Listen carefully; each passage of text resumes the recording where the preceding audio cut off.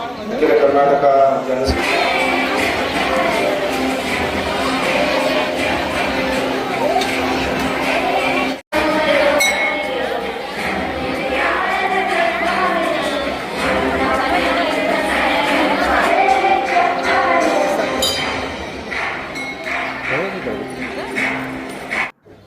ನಮಸ್ಕಾರ.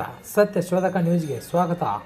ರಬಕವಿ ಶ್ರೀ ಕಾಳಿಕಾದೇವಿಯ 34ನೇ ಜಾತ್ರಾ ಮಹೋತ್ಸವ ಹಾಗೂ ಶತಚಂಡಿ ಯಾಗ ಪುನರ್ ಪ್ರಾಣ ಪ್ರತಿಷ್ಠಾಪನೆ.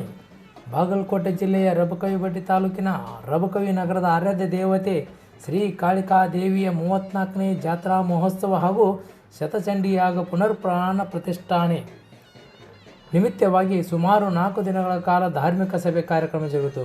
ದಿನಾಂಕ 26/3/2026ರಂದು ಮುಂಜಾನೆ ಶ್ರೀ ಕಾಳಿಕಾದೇವಿ ಮಹಾವಿಶೇಷ ಪೂಜೆ, ಅಭಿಷೇಕ, ಅಲಂಕಾರ, ಶೃಂಗಾರ, ತೀರ್ಥ ಪ್ರಸಾದ, ಮಂಗಳಾರತಿ, ಆರತಿ ಸೇವೆ, ಪ್ರದಕ್ಷಿಣೆ ಮತ್ತು ಸಕಲ ವಾದ್ಯ ಮೇಳದೊಂದಿಗೆ ಪ್ರಮುಖ ರಸ್ತೆಯ ಮೂಲಕ ಕುಂಭಮೇಳ ಸುಹಾಸಿನಿಯರ ಆರತಿಯೊಂದಿಗೆ ಬರುವಂತರು ಶ್ರೀ ಕಾಳಿಕಾದೇವಿ ಪಲ್ಲಕ್ಕಿ ಉತ್ಸವ ಶ್ರೀ ವೀರಭದ್ರೇಶ್ವರ ದೇವಸ್ಥಾನವರೆಗೆ ಮತ್ತೆ ಮರಳಿ ರಬಕವಿ ಶ್ರೀ ಕಾಳಿಕಾ ದೇವಸ್ಥಾನಕ್ಕೆ ತಲುಪುವುದು. ನಂತರ ಧಾರ್ಮಿಕ ಕಾರ್ಯಕ್ರಮ, ಪರಮ ಪೂಜ್ಯರಿಂದ ಪ್ರವಚನ, ನಂತರ ಮಧ್ಯಾಹ್ನ ಮಹಾಪ್ರಸಾದ ಜರುಗುತ್ತದೆ.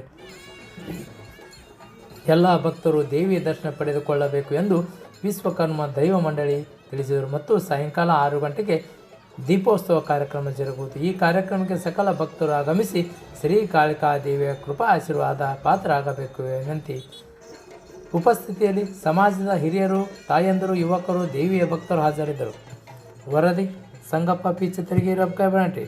ನಿರಂತರ ಸುದ್ದಿಗಾಗಿ ನೋಡ್ತಾ ಇರಿ ಸತ್ಯ ಶೋಧಕ ನ್ಯೂಸ್.